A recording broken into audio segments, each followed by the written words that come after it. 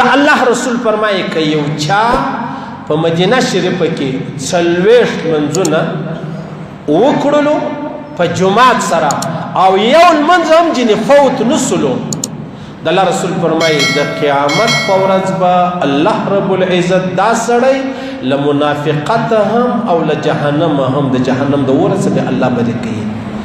8 ورځې د مفتي حجان چې ولاړ شي 8 ورځې دورې په مدینه شریف کې خامخا 8 ورځې تیرې 40 منځونه دی بولي. هغه دغه حدیث دی، ضروري نه دي، لازمي نه دي، واجب نه دي. ښه خبره ده که چا وکړي، ښه خبره ده که نه نو نسي کېدی. او یو ملک والا هم نه کوي، افغانستان والا ډېر کوي او پاکستان والا کوي. ولې کوي؟ جازونه نه لري، جازونه نه لري. بس خلکو دې چاته 50 شپې ورکړي دي، چاته 48 شپې ورکړي دي، چاته 42 شپې ورکړي دي. خلکو دا خیال د اول وار سړی حج لري چې په هېڅ سر نه خلاصېږي. دی چې خامخا به 40 ورځې تېروي، 40 ورځې ولې تېروي؟ ورسه 6 ورځې تېرې که بېرته راسي څه پېښه ده؟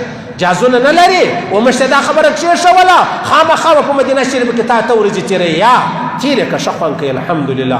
او خدا ضروري نه تا په ما په زوره کړي. زما کور، زما ماجد، زما مدرسه، زما اسکول، زما ملازمت ما چټۍ نه ده اخیستې او په کور کې چټۍ بچیان لرم. تا ولې ما 40 ورځې راکړي دي؟ جازونه نه لرئ. بیا د جازو دپاره په موږ دغه خوارۍ چې دی هغه تېروي ضروري نه دي. نه د حج سره تعلق لري، نه د عمرې سره تعلق لري. خالي چې تعلق لري هغه د محمد رسول الله مبارک زیارت دی. ورلې سلام دې ووایي، که نیمه ګنټه تېروي، که ورځ تېروي، که 2 ځجن راوځه. صحیح سلو دغه ترتیب دی.